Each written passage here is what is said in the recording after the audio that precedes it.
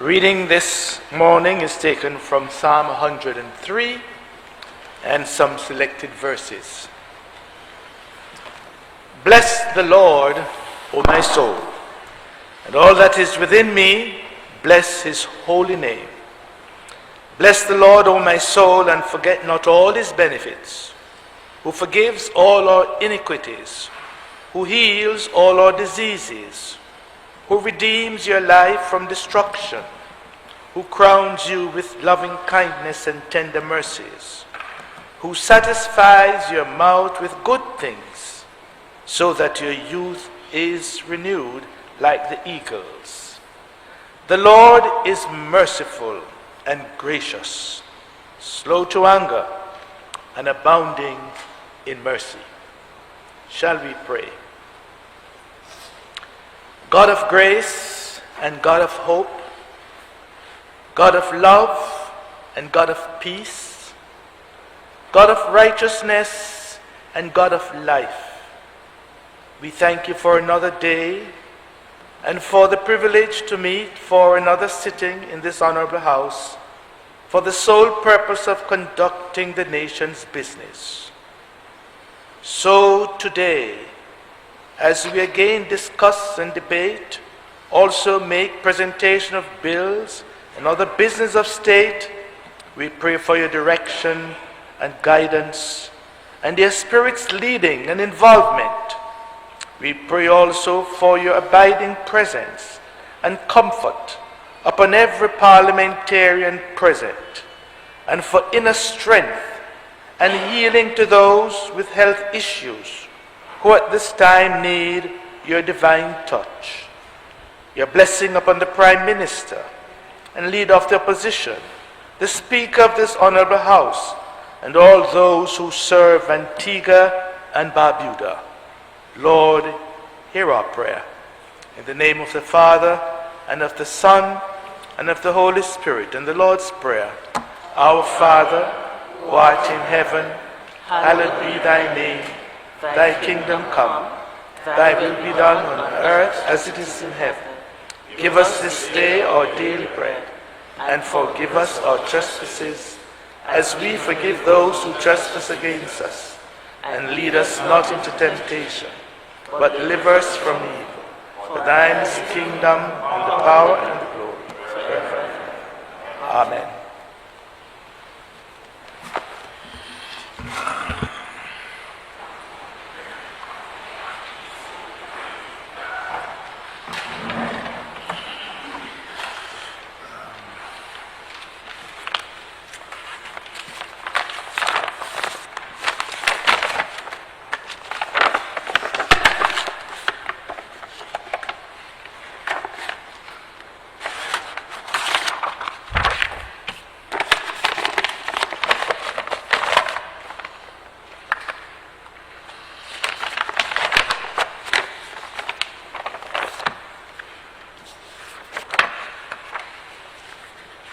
Thank you. Good morning all. Good morning honorable members and members of the gallery who have come for this occasion.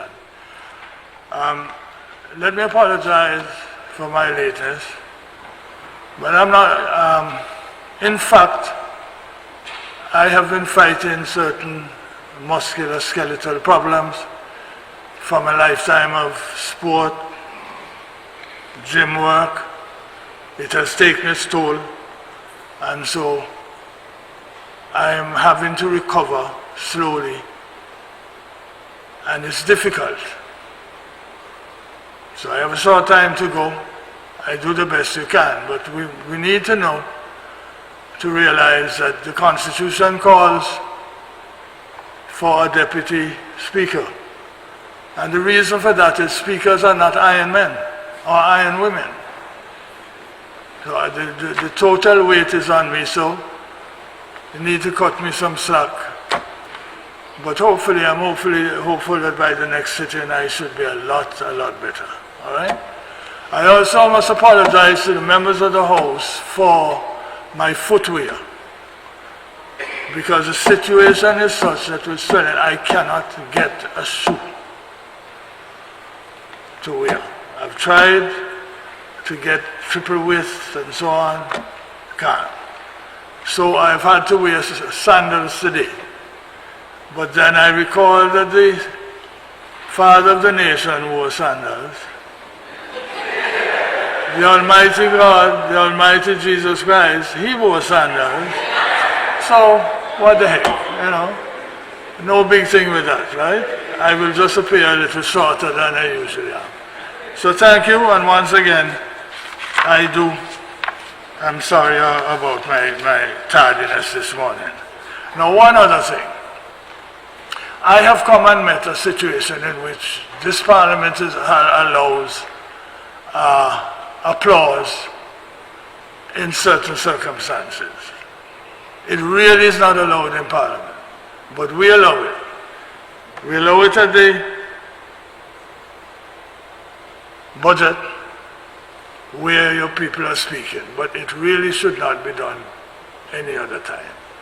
So I'm going to ask you to curb your enthusiasm on both sides of the fence, whatever, and let us just proceed as normal, even though it is an auspicious occasion for some and a not so suspicious for others. So, thank you very much, and we can proceed, and we'll proceed as quickly as we can. Thank you very much. Having this there, I will dispose of announcements in the interest of time. Madam Clerk. Confirmation of minutes. Good morning, Mr. Speaker. Lieutenant Attorney General. Mr. Speaker, the House clearly and the nation accept your apologies, and we hope and wish you well.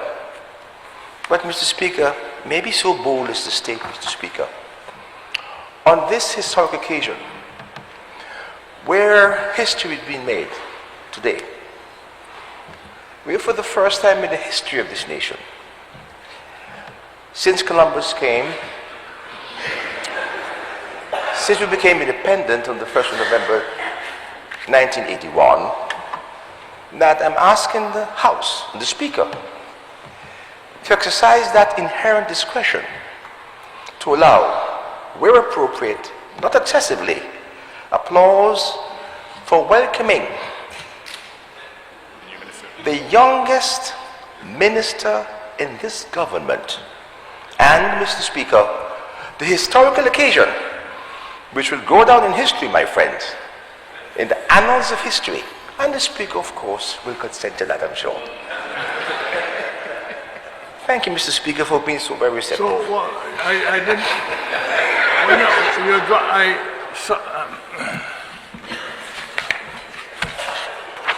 I'm sorry, but I missed about 80% of what you said. No, not to you, but because of the microphones and it. May I, therefore, sir, give a synopsis of what you said? Yes, Mr. Speaker. Because of the extraordinary, historical, always like when Moses went to the hills, and there were the 10 Commandments inscribed in the rock. Today is a day that will never be forgotten in the history of Antigua and Barbuda.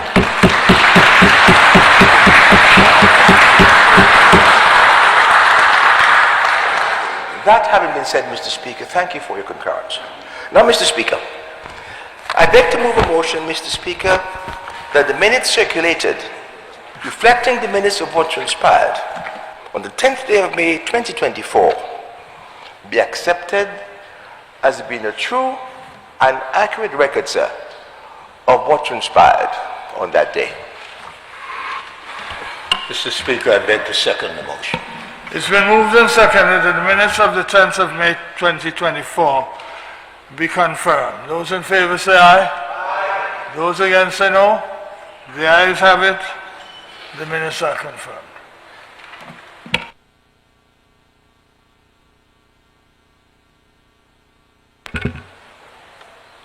Oath of allegiance of a new member.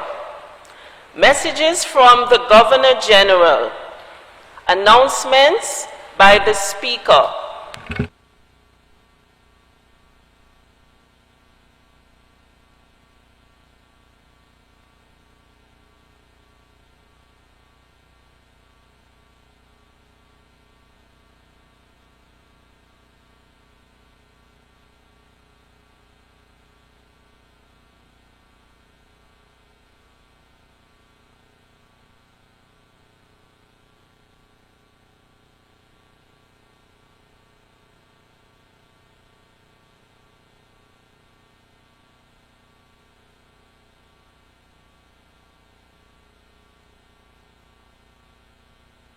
One apology is for being absent from the Honorable Richard Lewis, who notes that he is overseas on family business and unable to attend, and he has written to that effect. Thank you. He's excused.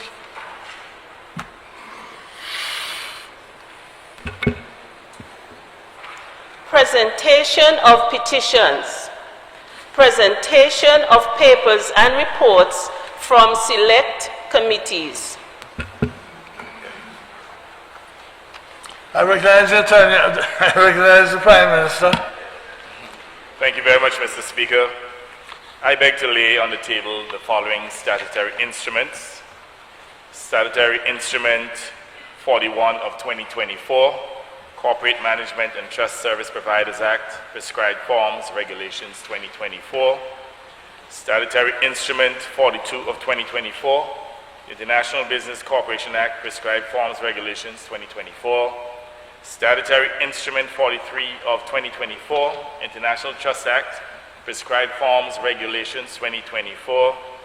Statutory Instrument 44 of 2024, International Foundations Act, Prescribed Forms, Regulations 2024.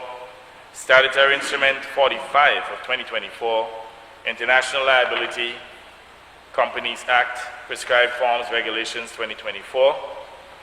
In addition, I lay on the table the Office of the Ombudsman Annual Report for the years 2022 and 2023. And finally, the Citizenship by Investment Unit 6th monthly report for the period July 1st, 2023 to December 31st, 2023. Thank you.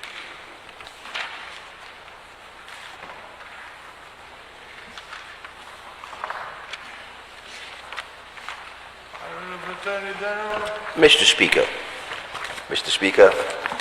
I beg to lay on the table the following statutory instruments, sir.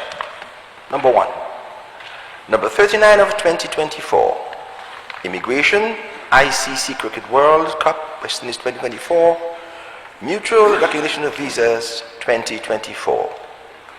47 of 2024, the Companies Amendment Regulations 2024. 48 of 2024, the Fire Brigade Special Services Regulation 2024, and finally, Mr. Speaker, with respect, number 49 of 2024, the Vehicle and Road Traffic Demerit Points Regulation 2024.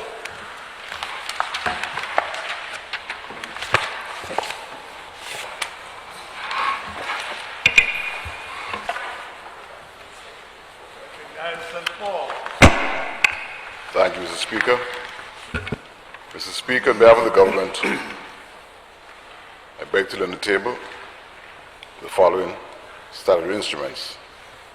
Statutory Instrument number 35 of 2024, the Price Control Amendment Order 2024.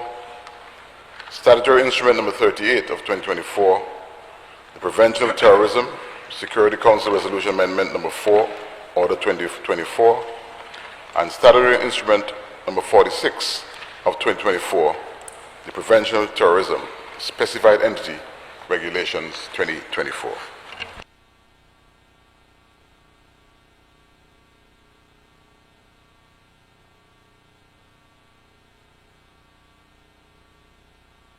St. John's Rural North. Thank you, Mr. Speaker. Mr. Speaker, I beg to lay on the table statutory instrument number 40 of 2024, the Non-Citizens Undeveloped Land Declaration of Undeveloped Land, number 2, Order 2024.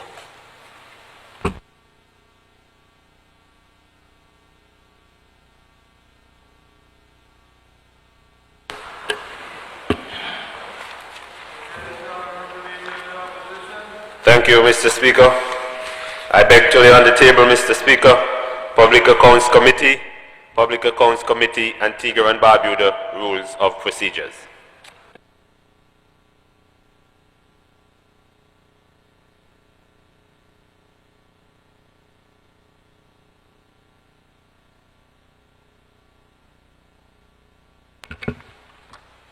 Prime Minister's questions.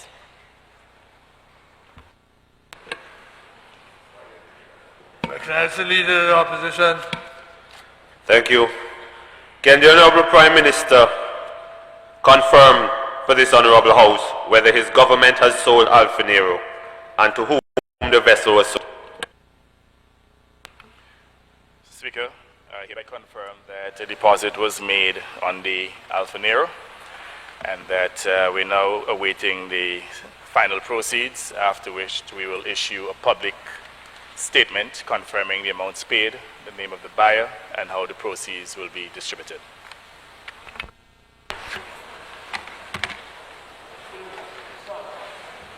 Can the Prime Minister tell us also the quantum of legal fees associated with all the Alfa Nero matters?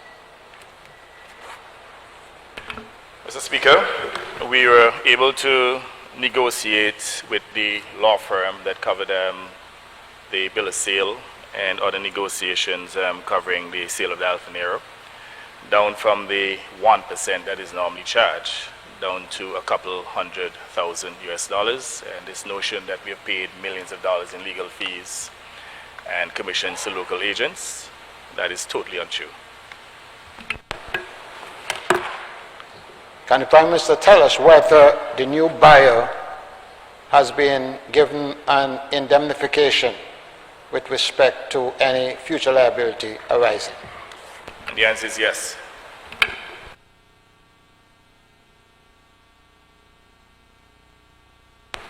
Whether the Alfa Nero was under warrant of arrest or is under warrant of arrest as we speak? I'm not aware that the Alfa Nero is under any warrant of arrest. Potentially that would have been one of the events or potentialities that we have had to contend with, but as I said, we are now seeking to complete the sale and we have indemnified the buyer. Is the Prime Minister aware that there is a judgment in the Admiralty Court in Antigua in the sums in excess of 2.2 million euro and €500,000 for wages owed to crew and other matters? We have undertaken to settle all of the legitimate debts associated with the Alfa Nero.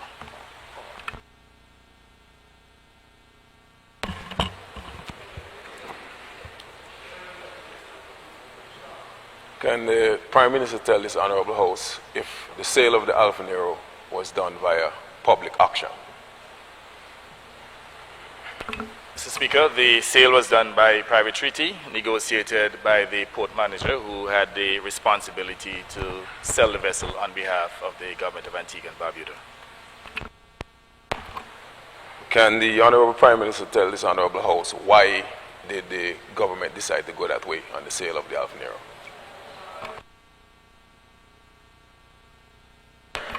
Can the Honourable Prime Minister tell this Honourable House why did the government decide to go that way on the sale of the Alfa Nero rather than going the way of public auction?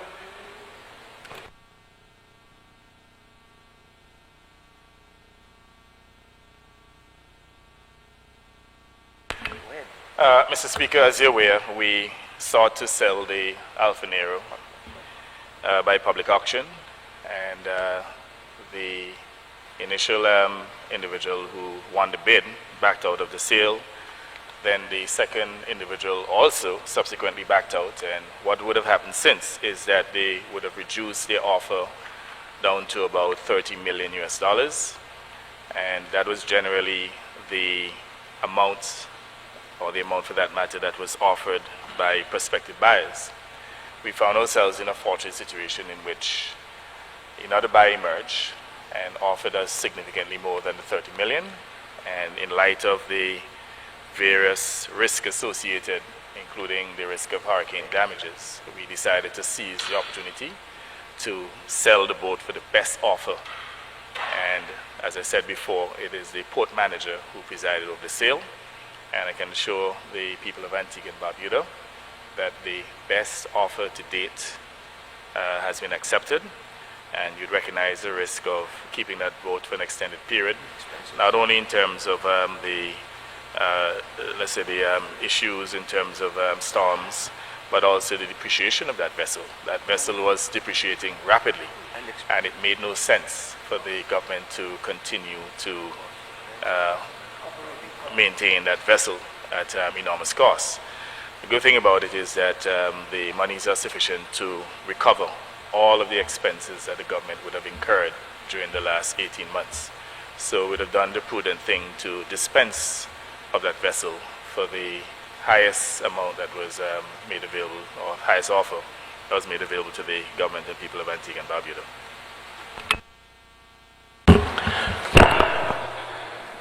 Could the Honorable Prime Minister tell us how much was the Alpha Neo sold for, and how much, if any, in commission was paid to the broker? Mr. Speaker, the amount that the vessel fetched was $40 million US, and is an international brokerage firm who brought the buyer to us, and their commission is normally 5% of the sales proceeds. The port manager was successful in reducing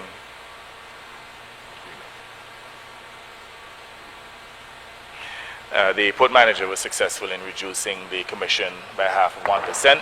So the amount that was paid to the brokerage firm, which incidentally is a traded company in the United States, was 4.5% of the sales proceeds.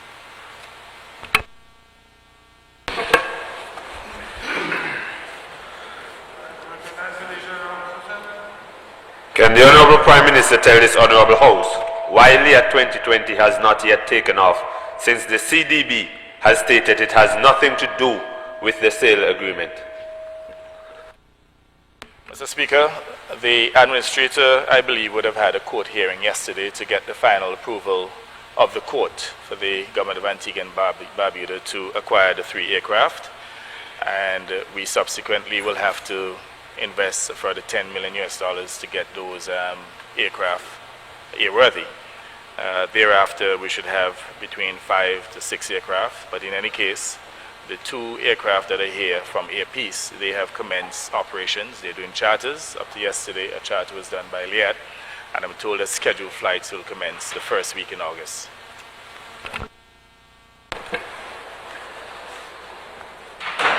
Can the Honorable Prime Minister tell this Honorable House when the Cancer Center will be opened?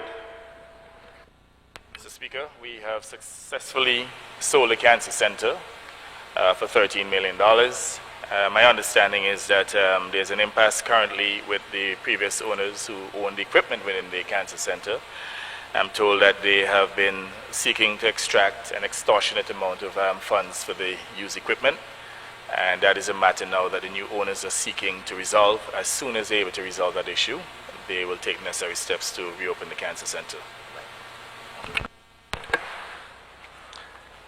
Can the Honorable Prime Minister tell this Honorable House why the identified information commissioner has not yet been installed? Mr. Speaker, as the member for All Saints East and St. Luke is fully aware, there's a process. He has to be sworn in by the Governor General. That date has not been determined as yet, and we also have to bring a resolution to the Parliament. I believe at the next sitting of Parliament, the Attorney General would have given a commitment that we will bring the resolution appointing him at the next sitting of Parliament. And you would have recalled that this is the first sitting that we would have had since he was identified as the new commissioner. Finally, Mr. Speaker, can the Honorable Prime Minister update this Honorable House on the status of the lands out in Catesby?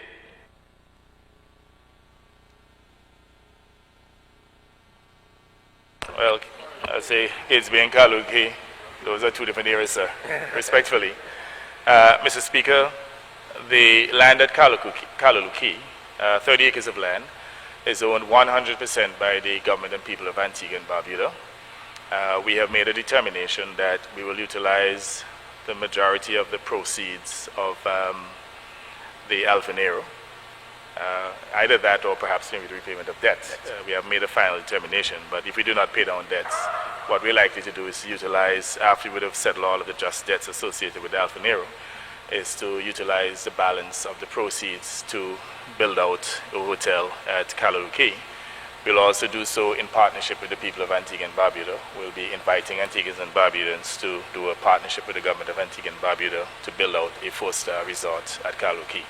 But then again, just to reassure the member for Austin East and St. Luke that the land is vested solely in the government of Antigua and Barbuda, is owned 100% by the government and people of Antigua and Barbuda. Can the Honorable Prime Minister tell this Honorable House what is happening in regards to surveying and stuff like and things like that, where some seemingly Chinese national are out in that constituency planting pipes in various areas? Mr. Speaker, I have indicated in the earlier question that the government is owned 100% by the government and people of Antigua and Barbuda. The land, the 30 acres, is owned exclusively by the government and people of Antigua and Barbuda. So if there's any Chinese, Scot, Indian who may be laying pipes on the site, they're doing so illegally, and perhaps the member for Austin East and St. Luke needs to get information to the relevant authorities so that they could stop them from so doing.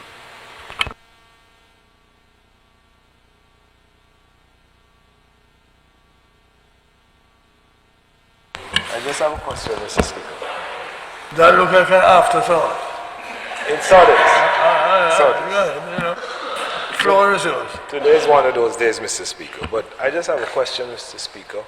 It has been reported in the media that your Honorable Deputy Speaker is not well, and I noticed that he's not here without an apology. I think it will be prudent for this House, Mr. Speaker, and for the nation to get an understanding as to what the situation is, if the Prime Minister can give an update on the member for St. Philip's North, given the fact that it was reported in the media that he has some health issues overseas. So I'm just asking whether or not the member for City West could update this Honourable House on the status of the member for St. Philip's North, Mr. Speaker. Mr. Speaker, I was advised yesterday by the daughter of the member for St. Philip's North that he's in good health and that he should be returning to the island today.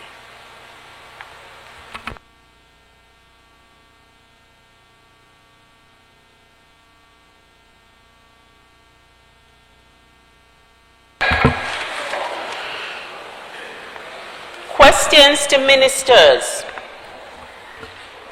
Request for leave to move the adjournment of the House on matters of urgent public importance. Statements by ministers. Personal explanations. I recognize the Honourable.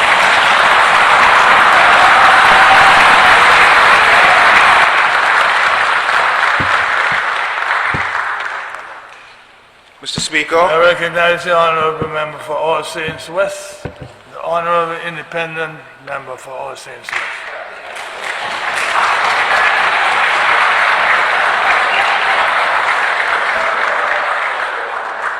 Mr. Speaker. I want it to be, before you start, I want it to be noted that the member has asked to make a personal explanation, a statement, personal explanation. He has indicated what he wants to speak to. I have given him permission.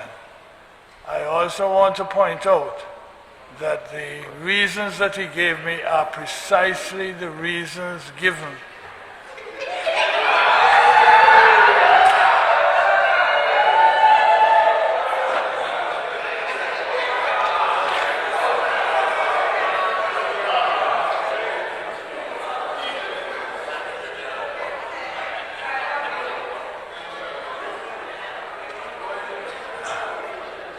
order.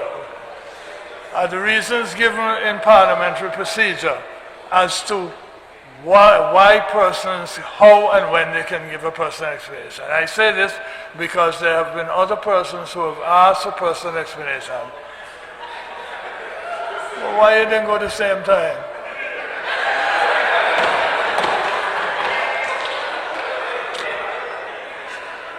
And I just want to draw the attention that this, what he told me is one of the things, the examples that are given in Parliament procedure in which a personal explanation can be made and made only. One of the few occasions on which it can be made. The floor is yours. Don't get carried away because you only have 5 minutes. And if you're over 5 minutes, you get a little 2 or 3.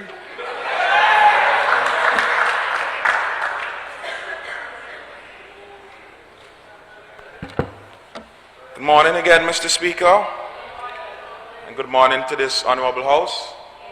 I want to thank you for giving me the opportunity to say a few words in Parliament here today. And I want to first start by addressing the citizens of Antigua and Barbuda. And what I want to say, Mr. Speaker, is that when someone has a different political view than you, it does not mean that that person is your enemy.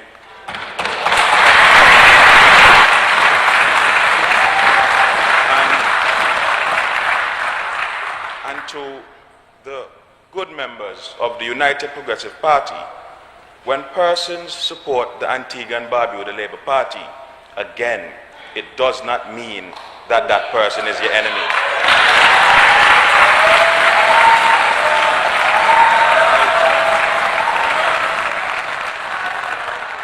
I say to myself, Mr. Speaker, when did we get here? When did we get like this as a country? And if it takes me standing as an independent member in this House, Mr. Speaker, to unify the people of Antigua and Barbuda, that is something I am willing to do.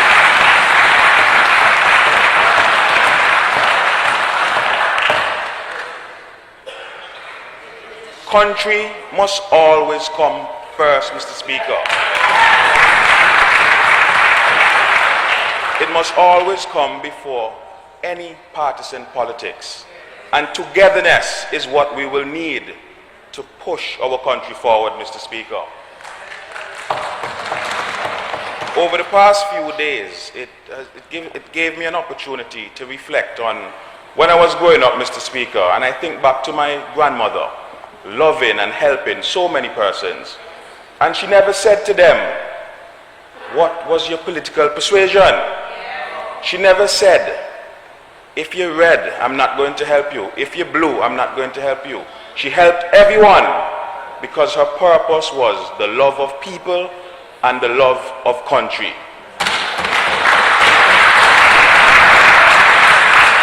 And I want to state here, the United Progressive Party that I joined 4 years ago, it is not the same United Progressive Party today. And I mean no disrespect to the supporters, because you have good members within the United Progressive Party, Mr. Speaker. So I mean no disrespect to the supporters. But the lies that are being spread in the public about me, Mr. Speaker, is not a true definition of my character.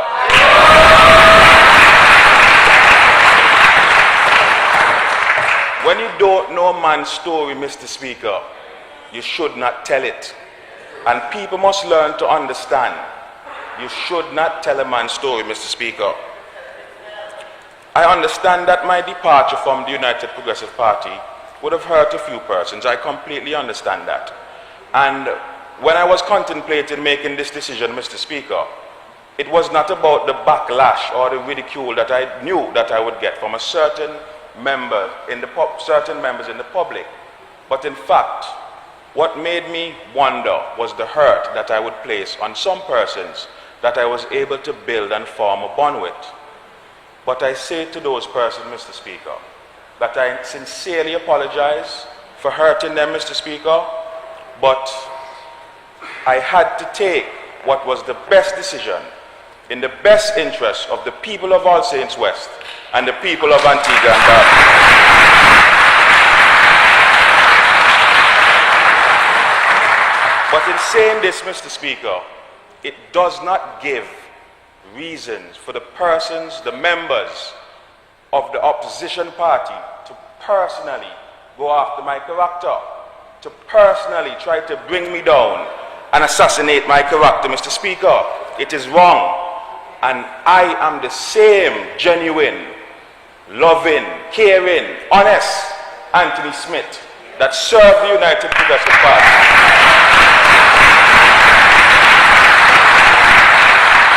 And honesty, integrity, trustworthiness, they're some of the hallmarks that I build myself from, Mr. Speaker.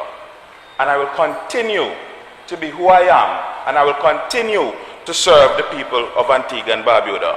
And Mr. Speaker, I know I must not be long, so I will try to wrap it up quickly. My only two sins in the United Progressive Party was to challenge for the chairmanship and to support the honorable member of Rural West, the Honorable Richard Lewis. Those were my only two sins in the United Progressive Party, Mr. Speaker. And politics must never be about self. It must always be in the collective good of everyone. At the time, Mr. Speaker, scientific evidence showed that the nation wanted the Honorable Richard Lewis to lead the opposition party. And because I made a decision that was in the best interest of the nation, it became the biggest sin against the leadership of the United Progressive Party, Mr. Speaker. And again, I would stress, our country must always come first. And I want to say here, I want to place on the records today that their wicked plans to end my political career have failed miserably.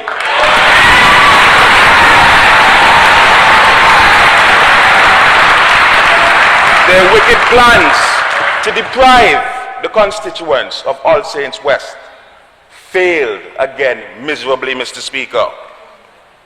The people of All Saints West placed me in this honorable house to represent their best interests and the country's best interests, and that is what I will continue to do, Mr. Speaker. I entered politics, Mr. Speaker, because of the love of people. In fact, to the member, the Attorney General, I even think at this point I have a little bit more love than you.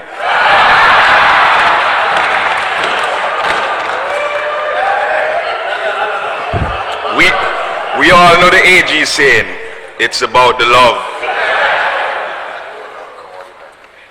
So, Mr. Speaker, I also want to place on record here today that I am very thankful and grateful for the outpouring of love that I have been receiving from my constituents of All Saints West and from the people of Antigua and Barbuda.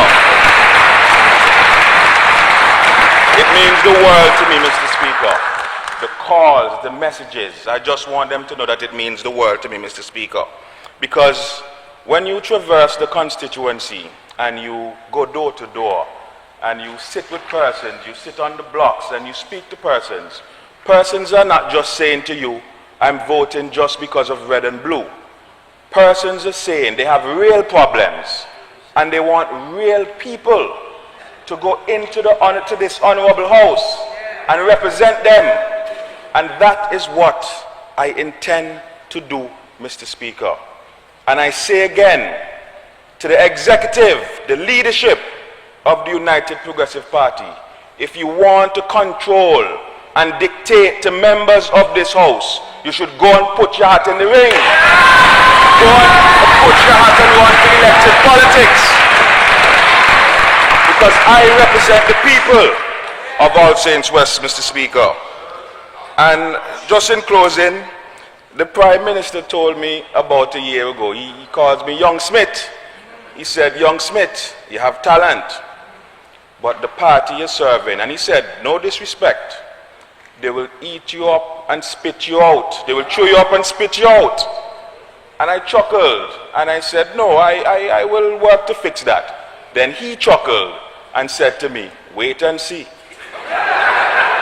Mr. Speaker, I waited and I saw.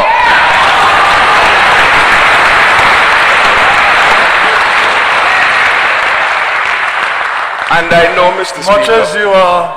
Just the last thing, Mr. Speaker. 30, maybe 20 seconds, Mr. Speaker. In my heart, I know that I made the best decision for the people of All Saints West and the people of Antigua and Barbuda.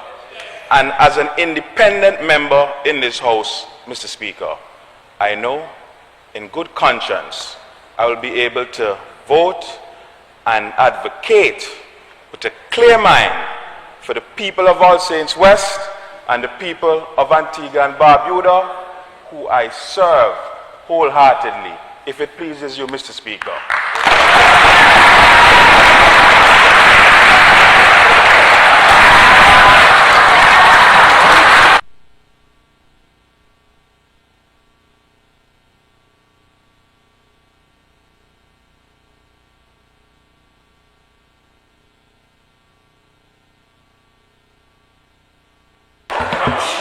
Thank you very much. Hold on. Madam Clerk, just hold on. All right. Thank you very much. Mr. Agee and members of the House, there's something that had occurred to me before. And now this has brought it to the fore again with me. Personal explanation, I couldn't stop the member, could never stop him. It's because it was not a personal, it's yes, partly a personal, but personal explanations can only be a few minutes. I think it's time that the standing orders include an area for maiden speeches. The maiden speech of a new member. There's no way that that member can get up and make a maiden speech and be allowed to go over time and so on and so on. You all think about it, right? But it's something that I'm not going to be able to do. But it really needs to be done, right? So, thank you very much, sir. I have no comment lest I begin to get cussed too. So, you know, I don't do that here. Don't have a word to say, sir, but thank you very much. Madam Clerk. Motions relating to the business of sittings of the House and moved by a minister. Introduction of bills.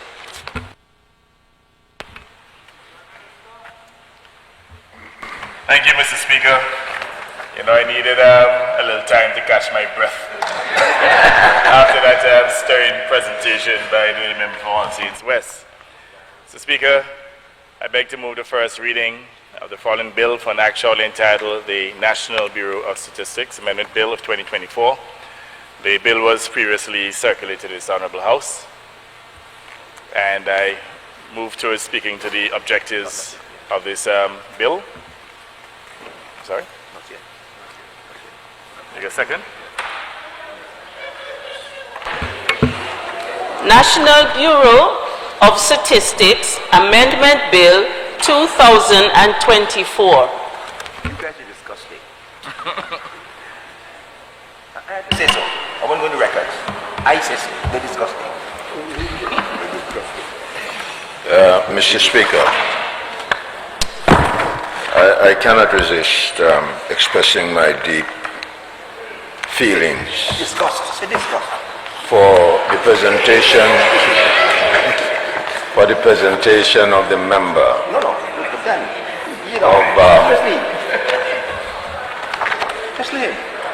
of All Saints West on his maiden speech in Parliament. He almost brought me to tears.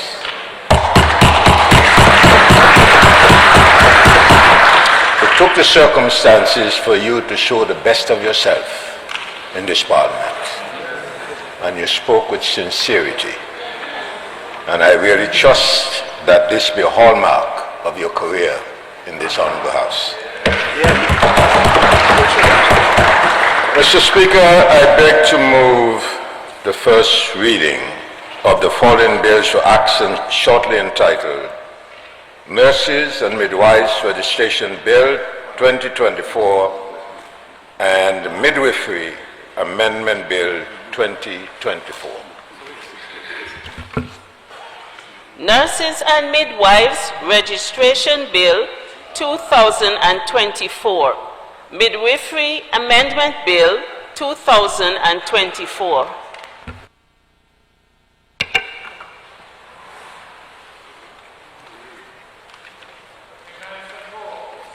Thank you, Mr. Speaker. Mr. Speaker, I wish to borrow the sentiments of the previous speaker as my own and express my own words of commendation, appreciation, and certainly join in welcoming what I see as a breath of fresh air to the parliamentary process here in Antigua and Barbuda. As time goes on, I expect much from young Representative Smith in the discharge of his duties, both here as a parliamentarian and as a Minister of Government. The Speaker, allow me to move the first reading of the following bill for an act shortly entitled National Parks Amendment Bill 2024.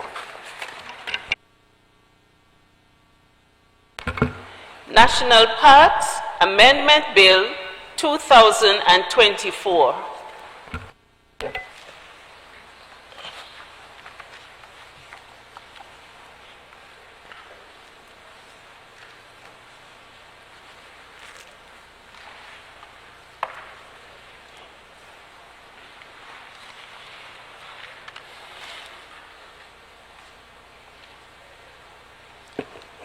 Mr. Speaker.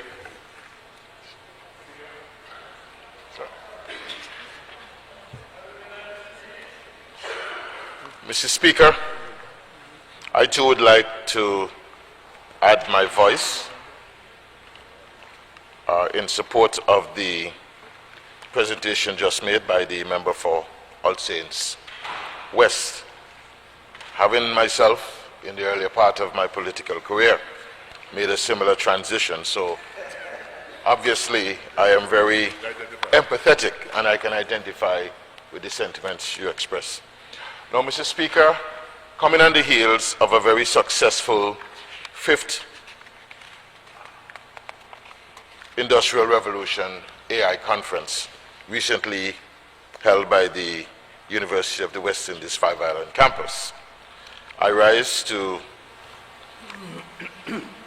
put on the table the first reading of a bill shortly to become an act, the Artificial Intelligence Bill 2024, for its first reading. Artificial Intelligence Bill 2024.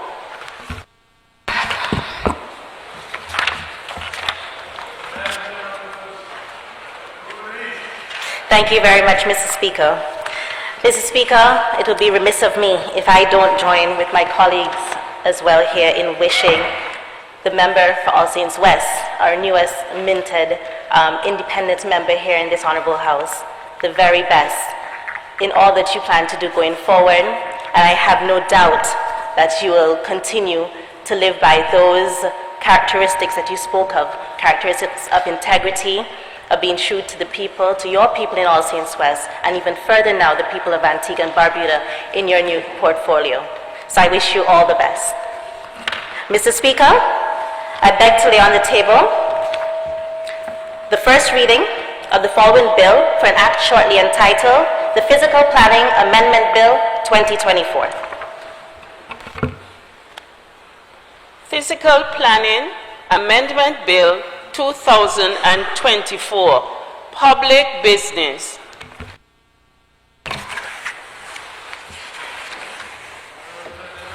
Mr. Speaker, I don't want to repeat the obvious. I just want to say to the nation of Antigua and Barbuda, before I move the motion, the rejuvenation, the planning, the enculturation of young, talented people by this party has been exemplified today. I'm happy, member for St. Peter, you know very well,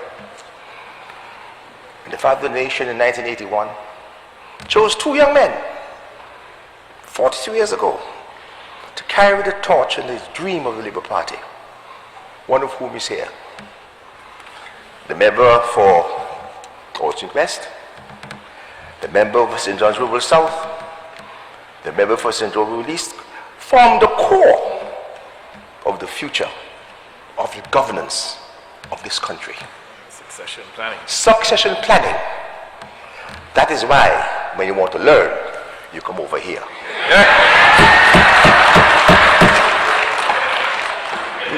Mr. Speaker, I move by way of motion, Mr. Speaker, that the order paper be amended as follows. And you know, you can talk, can't hurt me, can't hurt you either. Remember that. Be like a duck. Tell me something. Who are you talking to? No, sir, I wouldn't say that. Who are you talking to? Yes, sorry, sir. No, sir. I would say this, sir. You know, when a person don't feel well, they're very, very funny. Yes, sir, I agree. I don't want to say to be like a duck. Just once off your back. One can hurt you. Mr. Speaker, I wouldn't say that, sir. I didn't say it. Mr. Speaker, Section 16D. D for dog. Did you say dog, sir? That's synonymous with what happened a while ago. 16D. 2 and 3. 2 and 3. Sections E. 2 and 3. Sections. Yes, sir. 2 and 3. And, yes, sir. I move by way of motion so that those and F, 16F, be expunged from the order paper, Mr. Speaker, to be dealt with on a subsequent occasion. Second motion. Speaker, I beg to second the motion.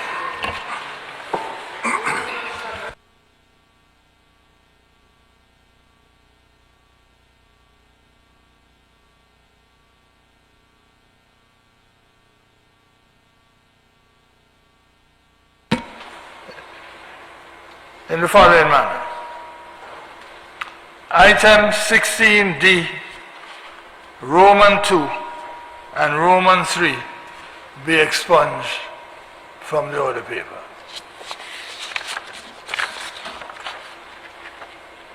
Item E, Roman 2 and Roman 3 also be expunged. And item F be expunged. Those in favor say aye. Those against say no. The ayes have it. And those items are expunged from the order paper.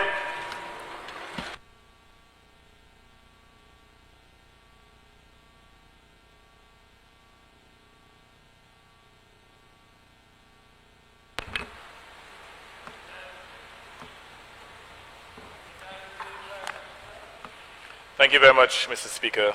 I beg to move the suspension of standing orders 59A, 59B, and 63 to enable the House to proceed with the second and third readings of the following bill for an act shortly entitled the National Bureau of Statistics Amendment Bill 2024.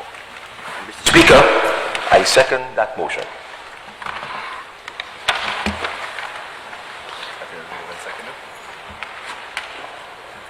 Motion, put the motion.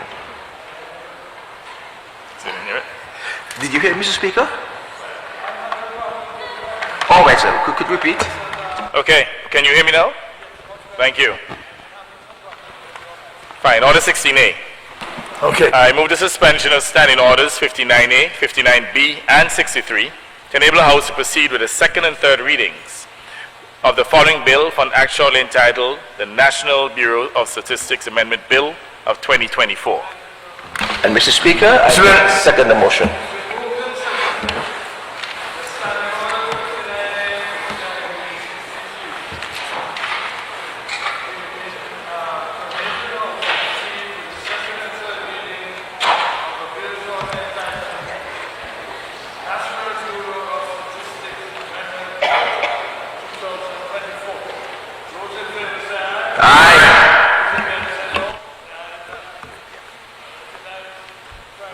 Thank you, Mr. Speaker. Mr. Speaker, I beg to move the second and third readings of the following bill for an act shortly entitled the National Bureau of Statistics Amendment Bill of 2024. Mr. Speaker, what we're seeking here to do is to strengthen the National Bureau, or first of all, to establish a National Bureau of Statistics, and to, generally speaking, strengthen the let's say the mining of statistics, if I can put it that way, and certainly the dissemination of reliable statistics. We all know that within small island developing states that there's a major problem in getting timely and accurate statistics. So what we're seeking here now is to pass this modernized and harmonized statistical legislation in line with the CARICOM Statistics Bill. And this alignment is intended to ensure consistency in statistical practices and reporting across the Caribbean region. So we are literally harmonizing to ensure that we use the same methodologies and the same structure in order to be able to produce timely and certainly very accurate statistics. The amendments proposed in this bill will strengthen the National Statistics Bureau, ensuring that it can effectively meet the demands of a dynamic and data-driven environment. We all know that data is the new oil, and that, let's say, strategic decision-making will be based on data.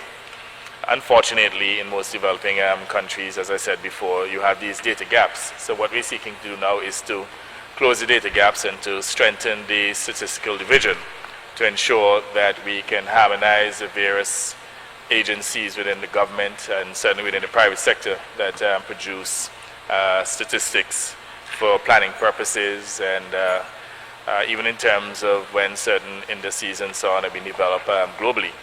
They require national statistics from various countries, and we have to make sure that we're in a position to provide accurate and timely information. And I give you a case in point. I served as the co-chair for the development of the MVI, that is the Multidimensional Vulnerability Index.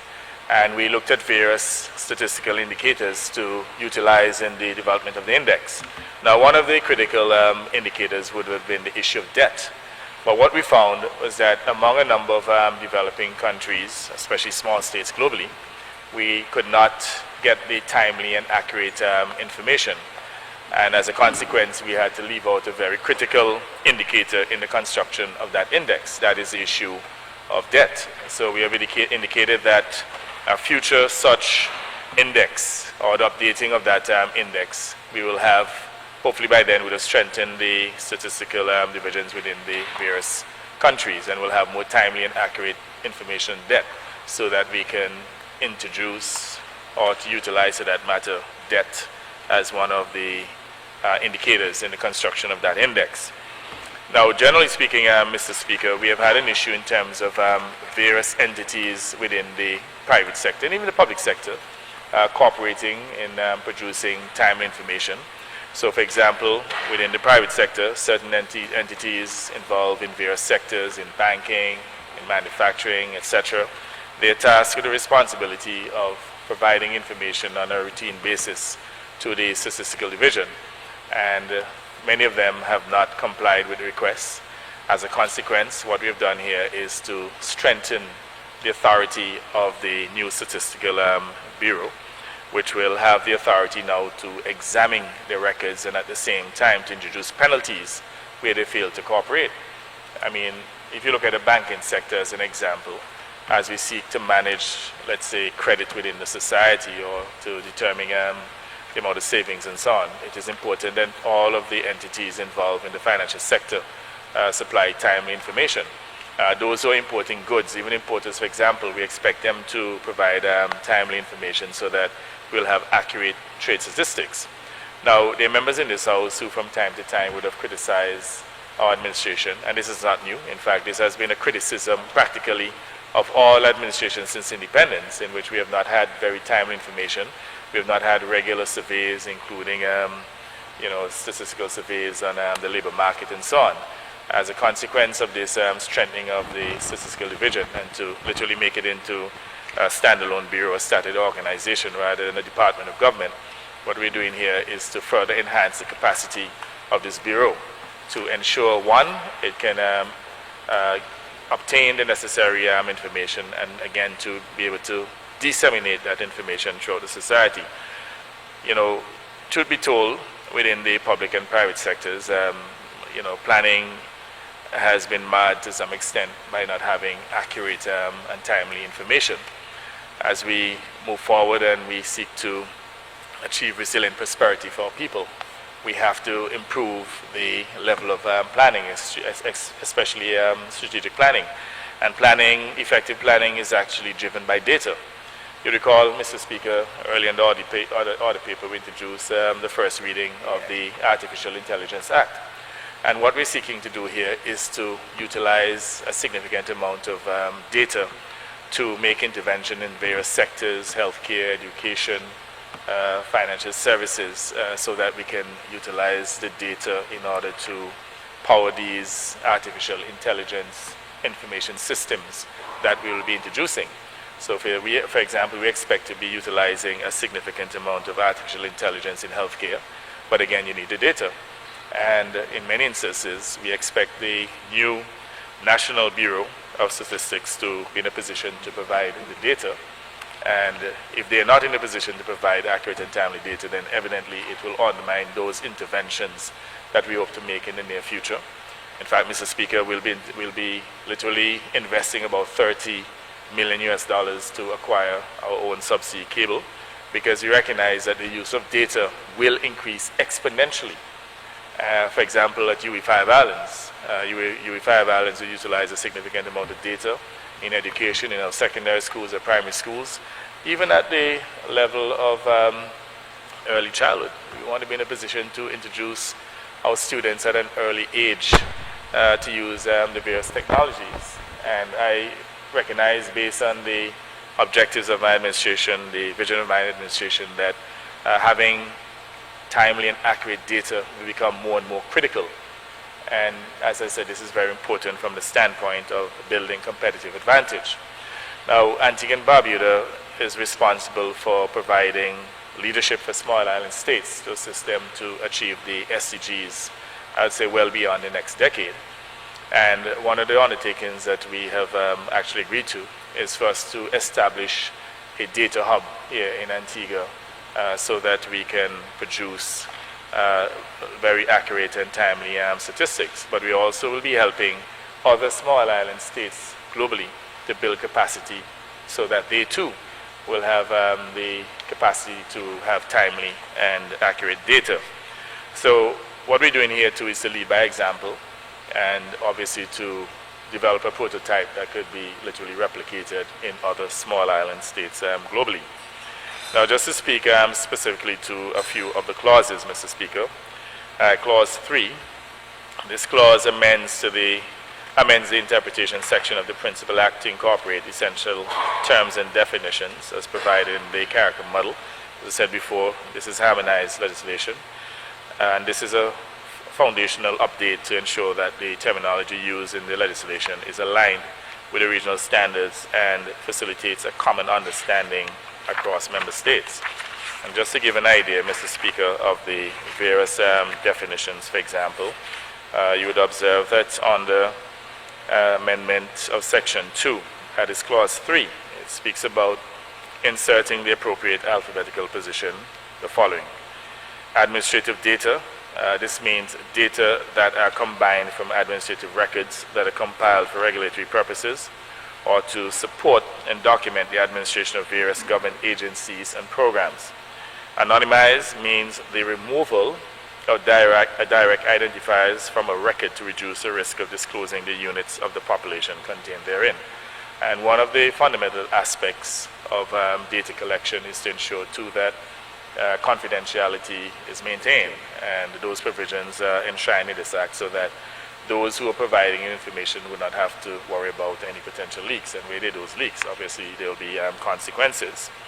It also speaks to big data, and big data here is described as data sources and data sets with a high volume, velocity, and variety of data, which require new tools and methods to capture, curate, manage, and process them in an efficient way. And we also have here, as part of the definition, microdata. And microdata is data on the characteristics of units of a population, such as individuals, households, or establishments, collected by a census, survey, or experiment. In fact, we'll be having a census later this year, and I certainly want to take the opportunity to ask all of our citizens and residents to cooperate fully, even the residents who may be here who may not necessarily be legal. We still want them to cooperate. We don't have a history of deporting anyone, and the importance of having timely information and accurate information is very important. So as we plan for the population, we need to know precisely how many people are resident here and the demographics associated with these individuals so that we can plan appropriately. So I'm asking each citizen, each resident to cooperate fully with the census so that we will have accurate information for planning purposes. Now, within the interpretation section, they also speak to National Statistical System, and this means the statistical system established under Section 3A. And person here means, or where the term is used in relation to a person furnishing or required to furnish any information on this act, includes individuals, firms, partnerships, associations, unincorporated bodies, companies, corporations, and ministries and departments, agencies of government, as well as individuals constituting a firm or partnership in the case of an association, unincorporated body, company, or corporation, directors, manager, or secretary, and in the case of a ministry, department, and agency of government, the head by whichever name is called. So all entities, corporate, non-corporate, public, private, are required to confine themselves to the provisions of this Act and to supply relevant information on a timely basis as required by this Act. And where they fail to cooperate, there are obviously penalties. So you will note, Mr. Speaker, under Amendment 11, it speaks to offenses and penalties, and the penalty is as high as $10,000 under 11, in which Section 17 of the Principal Act is amended. Under subclause 4, it repeals the words $2,500 or a term of imprisonment not exceeding 6 months, and replace it with $10,000 or a term of imprisonment not exceeding 2 years. So you can recognize here, Mr. Speaker, what we're seeking to do here is to literally force compliance by increasing the fines. So if, let's say, for example, there's a particular bank that is required to send monthly returns, and that bank fails to do so, Mr. Speaker, a fine of up to $10,000 could be introduced. And in addition, or imprisonment for that matter, if there's persistent non-compliance. And it also provides for an additional $1,000 to be paid daily if there is persistent non-compliance. And it's not that we want to be draconian, but evidently the $2,500 was not a deterrent, so we have decided now to increase the amount, and this is designed precisely to ensure that there is compliance because of how important data is. I mean, there's someone who said years ago that data is a new oil. And if we do not have the mechanism to collate information or to collect it and certainly to disseminate it, certainly for planning purposes, then obviously it will be self-defeating.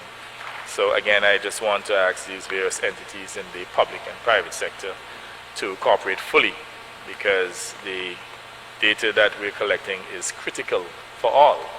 Even for those entities that are supplying the data, it is also important for their organizations for planning, and we expect them to cooperate fully. Mr. Speaker, Clause 4, this clause provides the full name of the Principal Act. Clause 5, the clause introduces the concept of a national statistical system. I was spoken about that previously. Clause 6, the clause expands the functions of the National Statistical Bureau by broadening its mandate. The Bureau will be better equipped to meet the evolving needs of statistical data users, and practically all entities, all of us, all individuals, we have some use for data, even within our homes, to plan effectively, even to budget for that matter, Mr. Speaker. Clause 7, the clause increases the number of members of the board of the National Statistics Bureau. The expanded board will now include representatives from critical sectors such as health, education, information technology, and tourism. And you can understand the importance of having timely tourism data even to plan our marketing and promotion of tourism globally. We need to determine the demographics and the needs of these tourists so that we can have some form of bespoke marketing or promotion for that matter in order to expand our tourism product. And I would have indicated the use of the data within healthcare and even in education. I mean, we, for example, intend to utilize artificial intelligence in the future to the extent that if, for example, we have a shortage of math teachers, we can utilize artificial intelligence to have a teacher in a particular classroom, perhaps with students, and teaching remotely and concurrently to other students in other schools. This is precisely where we're going. But again, the data is very, very important. And that is one of the main reasons too, because of this next level improvement in the planning and certainly delivery of services, why we have increased the penalties to force compliance. It's pointless, for example, that the government is spending up to $30 million to introduce its own subsea cable, and then we can't get the necessary data so that we can introduce the various artificial intelligence technologies and the other digitalization technologies. And we're doing this not only to expand our horizon to provide opportunities for Antiguans and Barbudans to provide data services and to export those services and to earn a living, but also to make very critical interventions in various sectors, including healthcare, education, tourism, as indicated. Clause 8. This clause introduces a provision for independence of the Director General in performing the functions related to national statistical reporting. The Director General shall carry out these duties free from the control of any personal authority, ensuring the objectivity and credibility of the national statistical outputs. Again, we want to make sure that there is no credible claim of any political intervention in the publication of information, even national accounts, for example, the rate of growth. Whenever we have this information published by this independent entity, the people of Antigua and Barbuda should feel assured that it's credible and objective information. So again, we're ensuring the independence of the new statistical national bureau that we are now seeking to establish. On the clause 9, this clause inserts 2 new sections in the Principal Act. The first new section addresses the taking of censuses and surveys. This provision mandates the regular and systematic collection of demographic and other vital statistics essential for informed policy making and planning. So no shooting in the dark, making sure that whatever plans that we have, that they are informed by reliable statistics. The second new section ensures that all official statistics must comply with international principles and standards. So there should be no one speculating, for example, that we've established our own standards. We're literally establishing standards that are subjected to regional standards and even international standards. Clause 10, this clause introduces a provision allowing for other property that can be used as a source of funds to be vested in the Bureau. So the Bureau will now have the capacity to deliver services and to collect funds, and will be able to provide some level of partial funding. Obviously, this would not necessarily be a profit center and will be continued to be funded by the central government. And again, I would have spoken about offenses and penalties before. On the clause 12, it speaks to board meetings, and what is required here now is for board meetings to take place at a minimum quarterly instead of the biannual requirement that existed prior. And again, this is to ensure the efficacious functioning of the new Statistical Bureau. And then there's a fourth schedule that introduces or mandates the division responsible for statistics to uphold international statistical standards, and those are enshrined in the amendments, Mr. Speaker. And these are for the members of the Parliament on page, I don't see a page number here. It's page 9, yeah, page 9.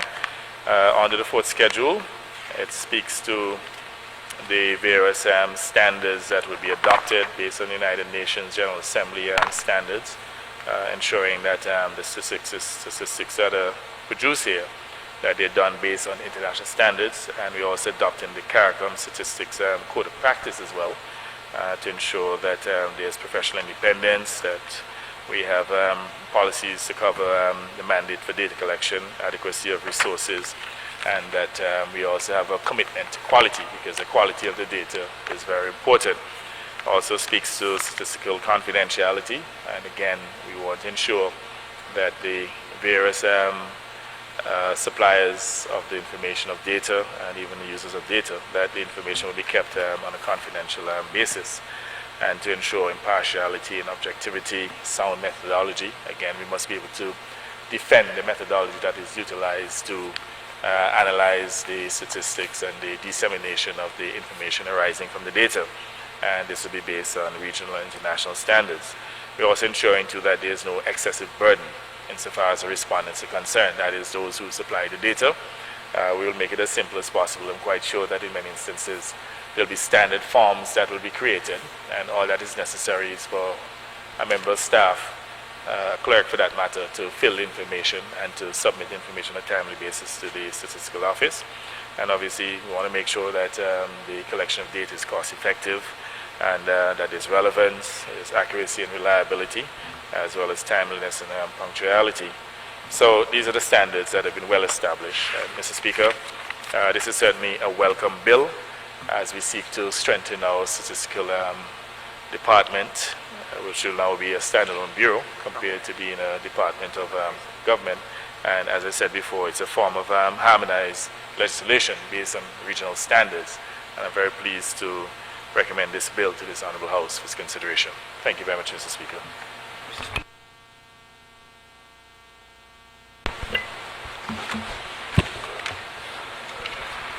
And as a member for City East. Yes. Mr. Speaker, I rise in support of this bill. Mr. Speaker, as the Minister with responsibility for Information Communication Technology, and as recent as perhaps maybe 2 years ago, when the Prime Minister would have indicated to me that the portfolio assigned to me excuse me, was renamed to specifically include the clause digitalization. I would wish to indicate that all of those preliminary points are now getting a new life with the introduction of this bill. I'll take a moment to explain, Mr. Speaker. Mr. Speaker, since 2015, the Ministry of Information Communication Technology embarked on a project that we like to call Project Optimus. And that project was designed to ensure that over a period of time that we would, by different layers of development, move the country and the government away from its reliability as a paper-driven bureaucracy to one where information technology has played a critical role. Mr. Speaker, it never became more evident than during the period of COVID, when there was a time when, in order to achieve social distancing, the cabinet decided that the members of the government who worked in the various ministries, we had to thin them out to the point where more than 40% of the workforce was asked to stay at home to achieve social distancing. And because of the development and the platforms that were available to the government, none of the efficiencies that were already present in the government by its use of information communication technology was diminished. So in other words, with 40% of the workforce operating from home, we were still able to achieve 100% efficiency in the operations of each and every ministry.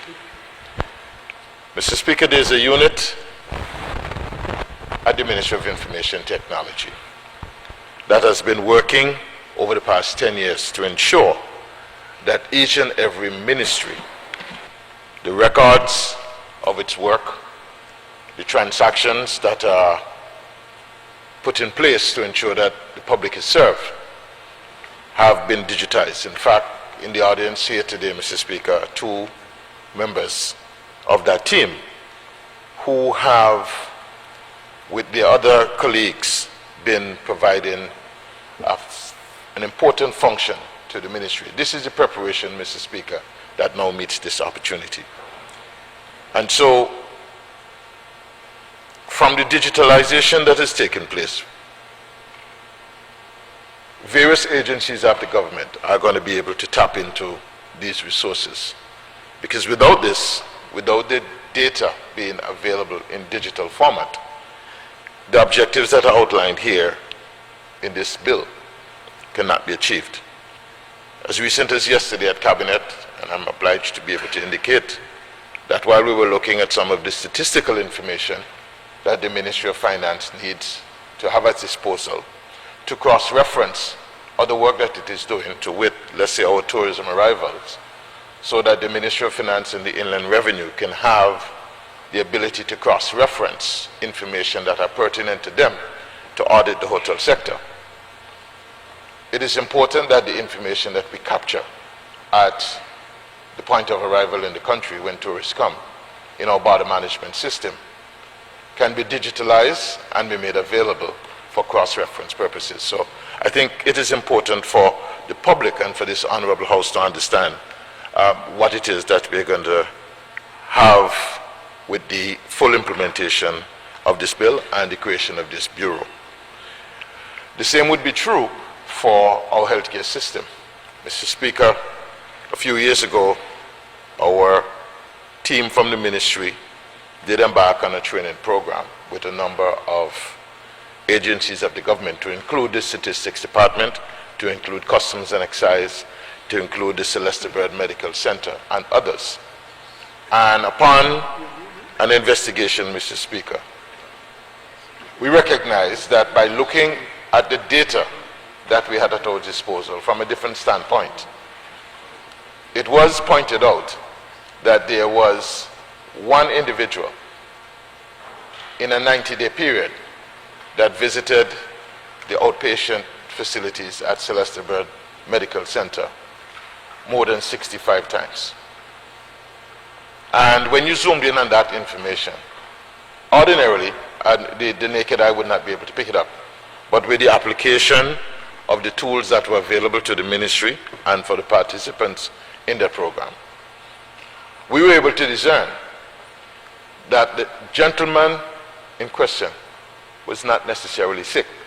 What he had recognized is that he was able to obtain a breakfast, some refreshments, by going to the outpatient care. And in truth and in fact, his real need was for some social outreach, for some social care, and not that he was ill. I'm saying all that to say, Mr. Speaker, that utilizing the normal data management and data mining tools is at one level. The Prime Minister has an expectation that we will be able to apply the use of AI, and I suppose when we get back to this Honorable House and we discuss the proposed AI bill, we will get an opportunity to understand the various levels that we're going to have to go. But this is quite refreshing, and it's going to meet as well the opportunity that is now being prepared by the University of the West Indies Five Island campus, where it is training and upgrading our young minds to be able to participate in this important sector. So I have great expectation, Mr. Speaker, of this initiative, and I am happy that the preparation that is now being done and has been done at the Information Communication Technology Department of my ministry is going to meet the opportunity to work along with others to bring reality to this brand new vista. So if it pleases you, Mr. Speaker, I support the bill in its entirety. Thank you.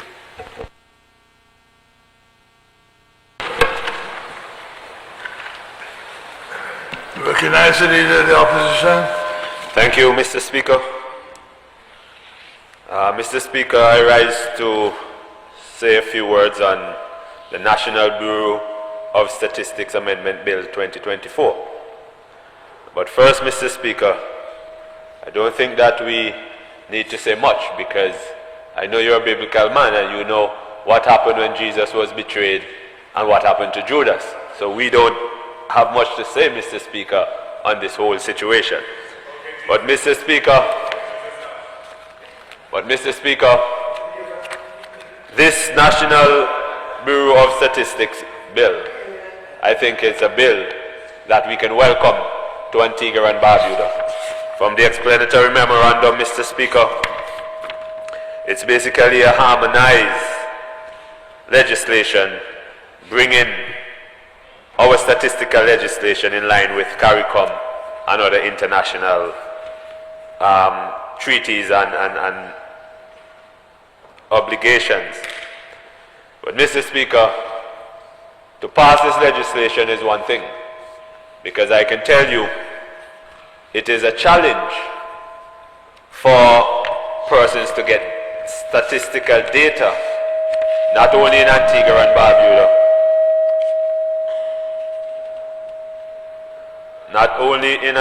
Barbuda, Mr. Speaker, but throughout the Caribbean. And I'm happy to see that we're trying to move in ensuring that what we have in Antigua and Barbuda is on par to what is around the world. I believe it was about 2 years ago, Mr. Speaker, I was traveling and I was sitting in the airport in Miami, and I met 3 individuals.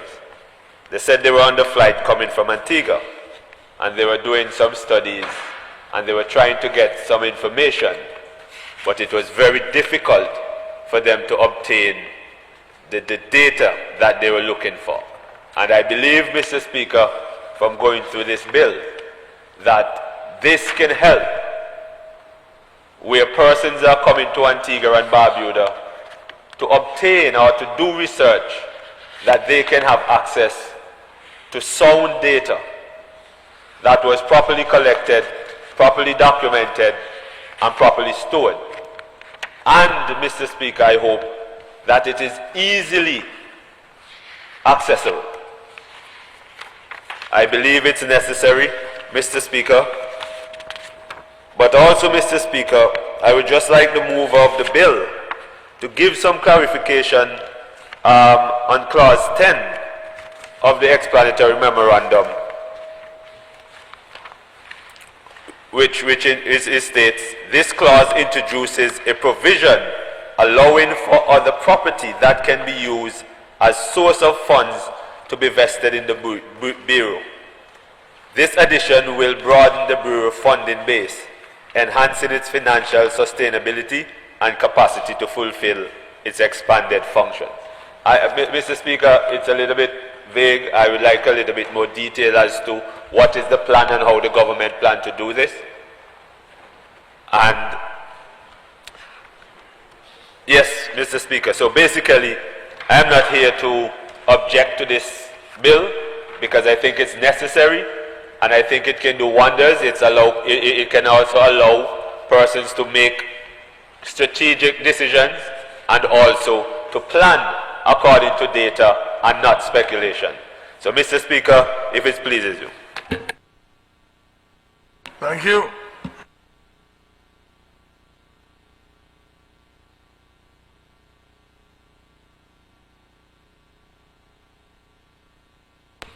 All right. Mr. Speaker. Recognize the Prime Minister who's winding up. Thank you very much. I thank the member for All Saints in St. Luke for his presentation, and certainly the member for City East.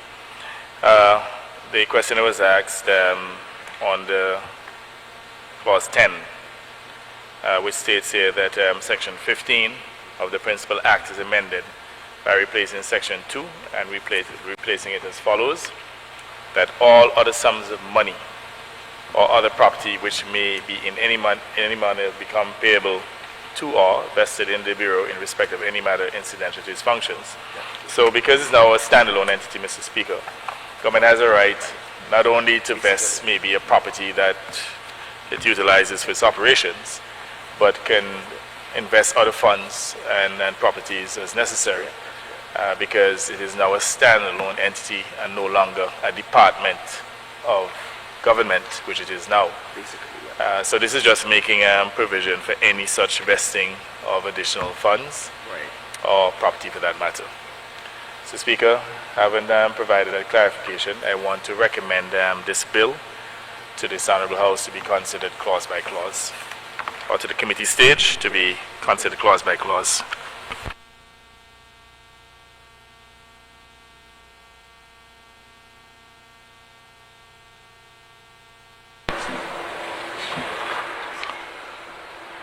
It has been moved and seconded that the bill shortly entitled National Bureau of Statistics Amendment Bill 2024 be read a second time. Those in favor say aye. Aye. Those against say no. The ayes have it, and the bill will now be read a second time.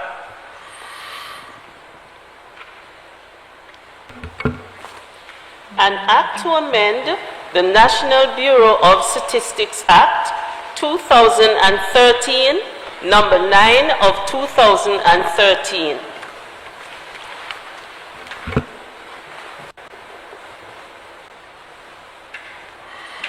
The bill now stands referred to a committee of the whole House to be considered clause by clause.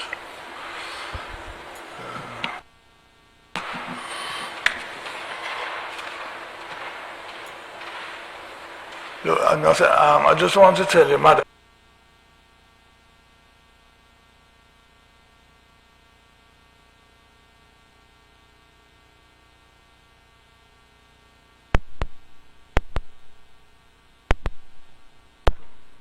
I can go out.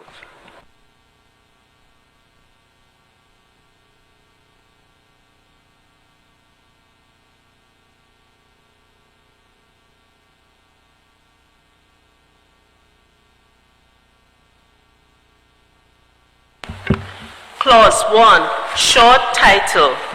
The question is that clause 1, the short title, to stand part of the bill. Those in favor say aye. Those against say no. The ayes have it. Clause 2, interpretation. The question is that clause 2, interpretation, to stand part of the bill. Those in favor say aye. Those against say no. The ayes have it.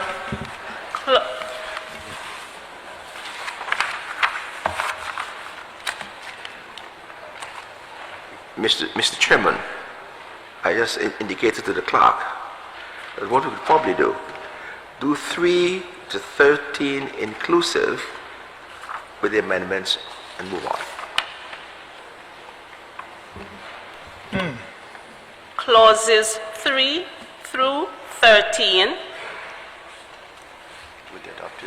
will be adopted with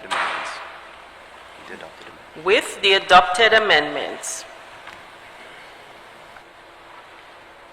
Question is that clause 3, amendment of section 3 to 13, with the several amendments, do stand part of the bill. Those in favor say aye. Those against say no. The ayes have it. The enacting clause. The question is the enacting clause to stand part of the bill. Those in favor say aye. Those against say no. The ayes have it. And the title. The question is that the title to stand part of the bill. Those in favor say aye. Those against say no. The ayes have it.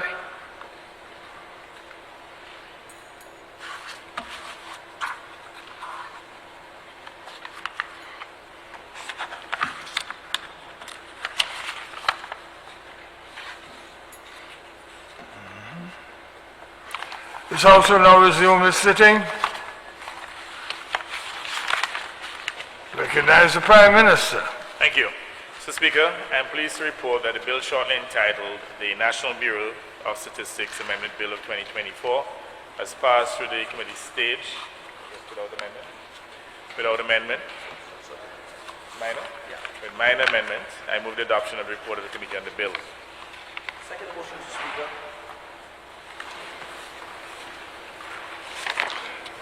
It has been moved and seconded the report on the bill on the committee of the National Bureau of Statistics Amendment Bill 2024 be adopted. Those in favor say aye. Aye. Those against say no. The ayes have it. Mr. Speaker, I beg to move that the bill shortly entitled the National Bureau of Statistics Amendment Bill 2024 be read a third time and passed accordingly. It has been moved and seconded that the bill shortly entitled the National Bureau of Statistics Amendment Bill 2024 be read a third time and passed.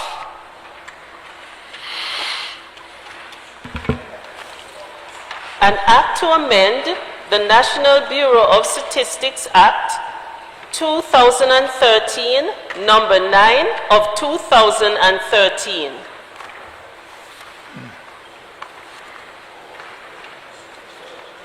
It has been moved and seconded that the bill shortly entitled the National Bureau of Statistics Amendment Bill 2024 be read a third time and passed. Oh, we passed that already. You see, I'm not hearing properly. I'm not hearing. Okay. So you read the third time, right? Yes. The bill has been read a third time and passed accordingly.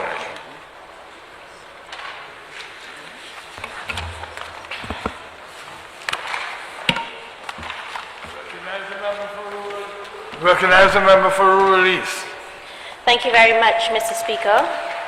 I wish to move the suspension of Standing Orders 59A, 59B, and 63 to enable the House to proceed with the second and third readings of the following bill for an act shortly entitled the Physical Planning Amendment Bill 2024. All right, let me get that right, because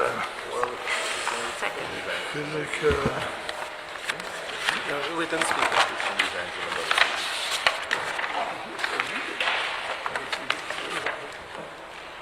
Madam Clerk.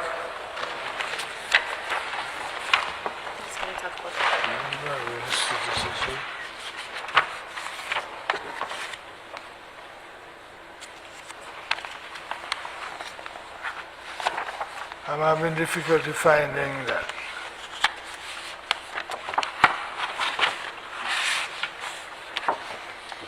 Okay, these are the ones, the new ones they have given me, right? The physical planning was an older one.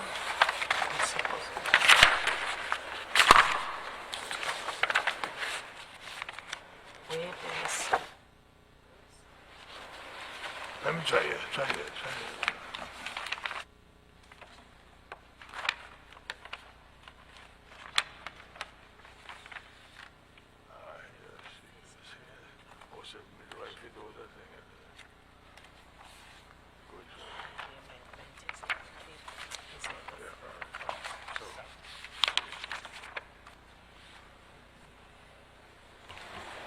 Mr. Speaker, shall we start again, sir?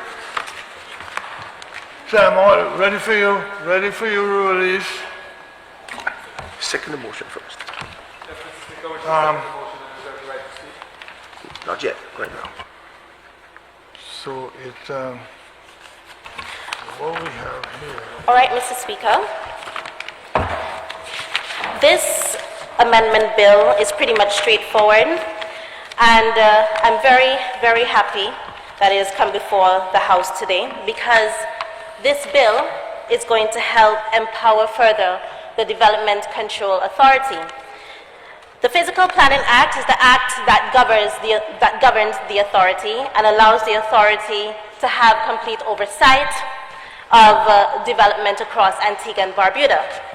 And for many years, Mr. Speaker, since the act came into being in 1972 and its amendment further in 2003, there have been some aspects of the act that need such amendments so as to allow for the DCA to carry out its functions efficiently. So here today we have in this amendment, in the interpretation, we'll see the spelling out of the building code. What is meant by the building code? Straightforward is the building code of Antigua and Barbuda. There's always been an issue in terms of the working hours as it pertains to the building inspectors and what hours they can enter upon premises to carry out their inspections. And so here today we have an outlined timeline for the working hours of these building inspectors, being 6 a.m. to 6 p.m. Monday through Friday, which makes it very pellucid. Further, we go on to identify what is defined as a shoreline. The shoreline being the boundary line where the sea meets the land. Further, we have a definition of beach, Mr. Speaker, because in everyday today operations of the DCA, between the developers or private property owners, there are always some sort of misconception as to what is the shoreline, what is the beach. So I'm very happy that we are spelling it out in today's amendments. And the beach reads as follows. Beach means an area of land consisting predominantly of sand, stone, and other beach material situated along the shoreline of the sea and extends from the foreshore to the inland limits where the natural characteristics of the shoreline ceases to exist. So this makes it pellucid once again insofar as there are any questions for developers in the case where a beach comes up or shoreline. Part 4 goes on to amend Section 6, which allows the deputy town and country planner to sign when the chief town and country planner is not in. So for years on end, it has so happened that when the chief town and country planner is not in office, for whatever reason, being sick or even on vacation for that matter, things grind to a halt because the act never allowed for the deputy to sign while he or she is absent.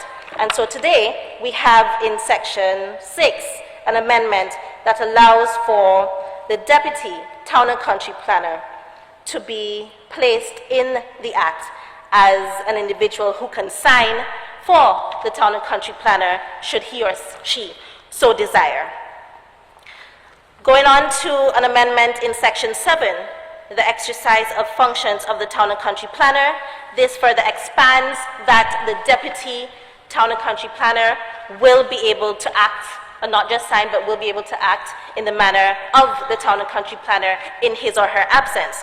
So it says here, functions assigned to the town and country planner by or under this act, other than the provisions of subsection 5 of Section 6, may be exercised by the deputy town and country planner or any planning officer authorized by the town and country planner in writing, either generally or specially in that behalf.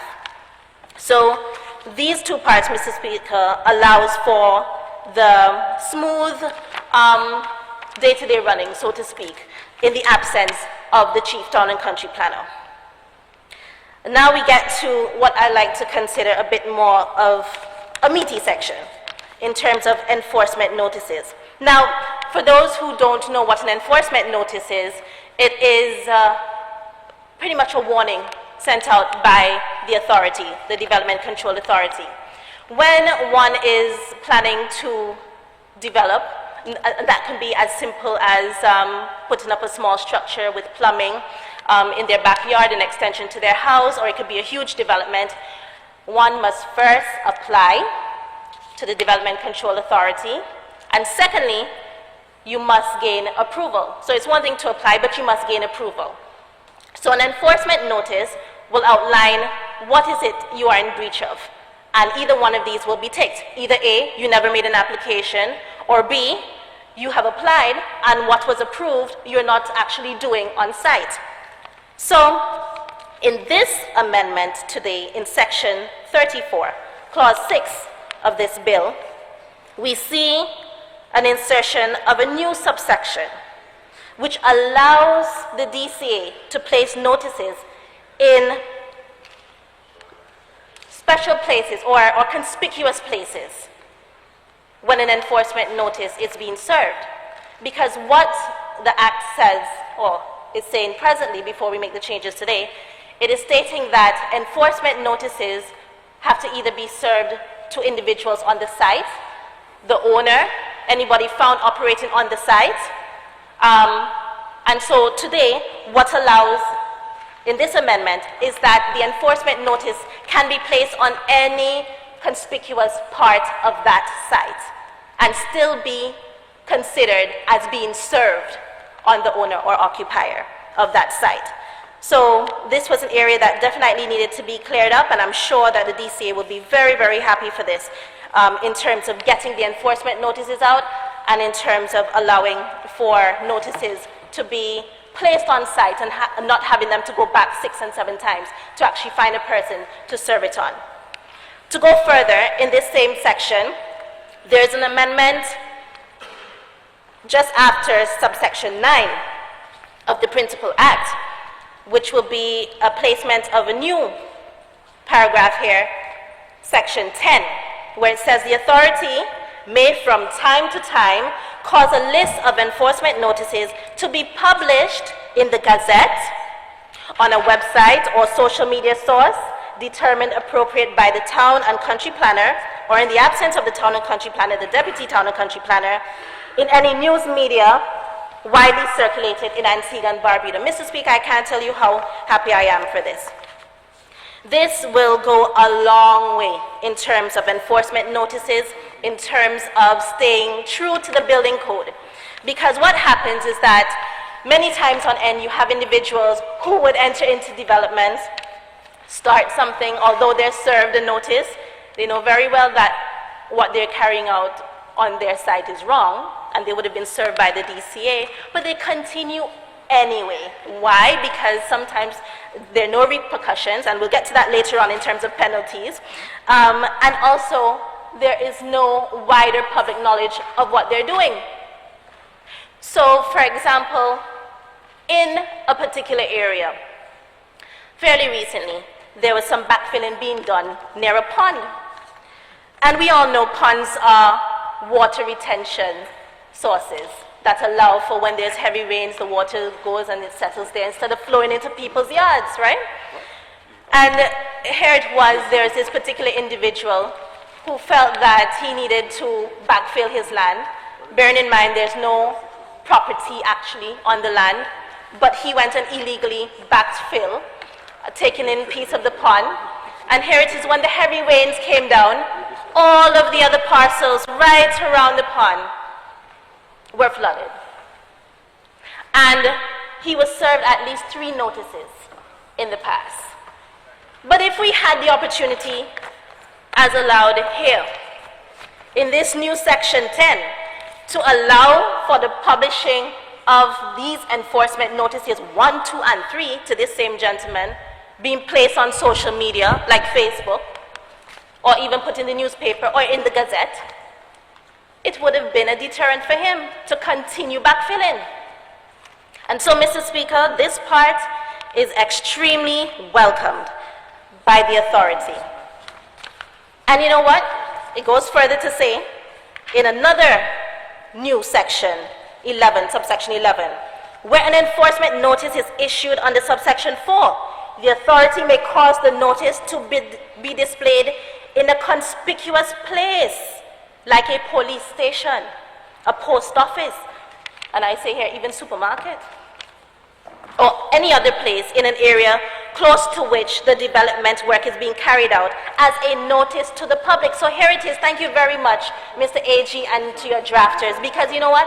This is taking the enforcement notice from a place where it is private and hush-hush, and putting it out there in the public for people to know that you are in violation of the law.